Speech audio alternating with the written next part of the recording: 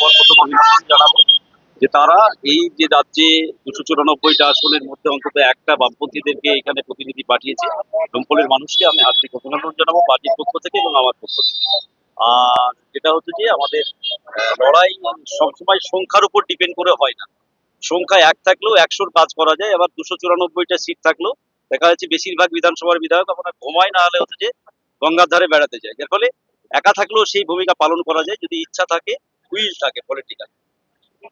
এখনো বিধায়ক হওয়ার পরে কখনো মাঠে কখনো চায়ের আড্ডায় বিভিন্ন জায়গায় জনসংযোগ করতে দেখা যাচ্ছে, তাহলে কি মানুষের কাজ শুনে সেই কথা বিধানসভায় তুলে ধরবেন মনে করছেন নাকি? অবভিয়াসলি আমি ছিলাম কোথায় বিধায়ক হওয়ার আগে, বিধায়ক মানে আমাকে দায়িত্ব বেড়েছে, আমার মাঠের কাজ তো করতে হবে। আমার যেটা আমি আবাদ করি, তো আবাদে আমাকে যেতে হবে না? আমি যে এটা বিধায়ক হওয়ার পর কি আমাকে আকাশ থেকে খেতে দিবে নাকি?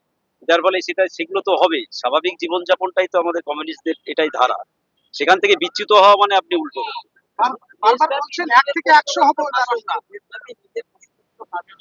পরীক্ষা বাতিল হয়েছে। লক্ষ লক্ষ ছেলেমেয়ের ভবিষ্যৎ উজ্জ্বল প্রশ্ন। দেখুন, আমাদের রাজ্যে যেভাবে শিক্ষা ব্যবস্থাটাকে গত 15 বছর ধরে ধ্বংস করেছে তৃণমূল কংগ্রেস মমতা ব্যানার্জির নেতৃত্বে, একই রকম ভাবে নরেন্দ্র মোদীর নেতৃত্বে গোটা দেশ জুড়ে শিক্ষার উপর বিভিন্ন ধরনের আক্রমণ নামিয়ে আনার চেষ্টা করা হচ্ছে। এইটা একটা বড় ধরনের করাপশন, যে করাপশন আস্তে আস্তে এটা নতুন না, এর আগেও আমরা দেখেছি বিভিন্ন ধরনের কোশ্চেন ফাঁস হওয়া। যার ফলে আসলে আমাদের দেশের কর্পোরেটদের হচ্ছে যে এখন নজর পড়েছে গোটা শিক্ষা ব্যবস্থা।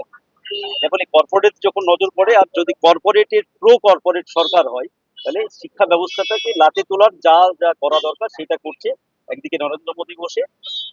সেই কাজটাই হচ্ছে যে গোটা দেশের ক্ষেত্রে হচ্ছে যে করা হচ্ছে। নিজের প্রশ্নপত্র ফাঁস এটা নতুন কোনো ব্যাপার না।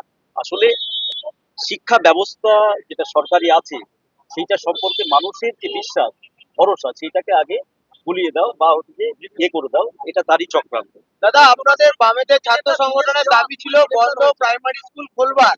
আপনি বিধায়ক হিসেবে ভিতরে ঢুকে বন্ধ প্রাইমারি স্কুল খোলবার জন্য কতটা কথা বলবেন বা কি ভাবছেন? অবশ্যই আমি সব সেক্টর নিয়েই কথা বলতে হবে আমাকে, যেহেতু সবেধন নীলমণি একটাই আমি। তাহলে শিক্ষা, স্বাস্থ্য সবকিছু নিয়েই বলবো। শিক্ষাটা তার মধ্যে প্রায়োরিটি থাকবে। শিক্ষা স্বাস্থ্য তো আমাদের বেসিক নিডস, এটা মানুষের। এর ফলে এগুলো নিয়ে তো বিধানসভায় আলোচনা হওয়াটাই স্বাভাবিক। সেটা গত 5 বছরে হয়েছে কিনা আমি জানি না, তবে এবার হবে, যেহেতু বামপন্থীদের একজন থাকলেও সেই বিষয়গুলো উঠবে। আপনার সঙ্গে তো নওশাদ সিদ্দিকী আছে। হ্যাঁ, অবশ্যই নওশাদ সিদ্দিকী আছে, নওশাদ ভাইয়ের আরো 5 বছরের এক্সপিরিয়েন্স আছে, দুজনে মিলেই লড়াই হবে। রাজ্যে শিল্প স্বাস্থ্য এবং শিক্ষা সবকিছুর বেহাল দশা, এবং নতুন সরকার তাদের কাছে কি আবদার করবেন? হ্যাঁ, রাজ্যের শিল্প স্বাস্থ্য শিক্ষা সবকিছু আমি তো বললাম যে নতুন সরকার এত বড় ম্যান্ডেট নিয়ে এসছে।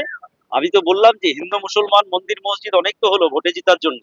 আসলে তো এটা ভোটে জেতার জন্য এই রাজনীতি, তাহলে ভোটে জেতা হলো, এবার রাজ্যের মানুষের কাজ করুক।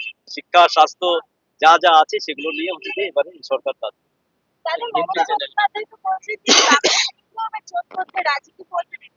ও উনি আসলে খুব তাড়াহুড়ো করছেন, মানে ওনার তাড়াহুড়ো করা এত উচিত না। আসলে 15 বছর ধরে যিনি যা করেছেন উনি, ওই পাতাগুলো আগে ভালো করে পড়ুক, আমি পাপের প্রায়শ্চিত্তটা করুক, তারপরে পরবর্তী ক্ষেত্রে ভাবা যাবে। এই ভিডিওটিকে লাইক করুন, আপনার গুরুত্বপূর্ণ মতামত কমেন্টের মাধ্যমে আমাদের জানান এবং আমাদের চ্যানেলের ভিডিও সবার আগে দেখার জন্য ইউটিউবে গণশক্তিকে সাবস্ক্রাইব করুন, ফেসবুকে ফলো করুন এবং শেয়ার করুন আপনার পরিচিতদের মধ্যে। আমাদের চ্যানেলে আপলোড হওয়া ভিডিও নোটিফিকেশন পেতে বেল আইকনটি ক্লিক করতে ভুলবেন না।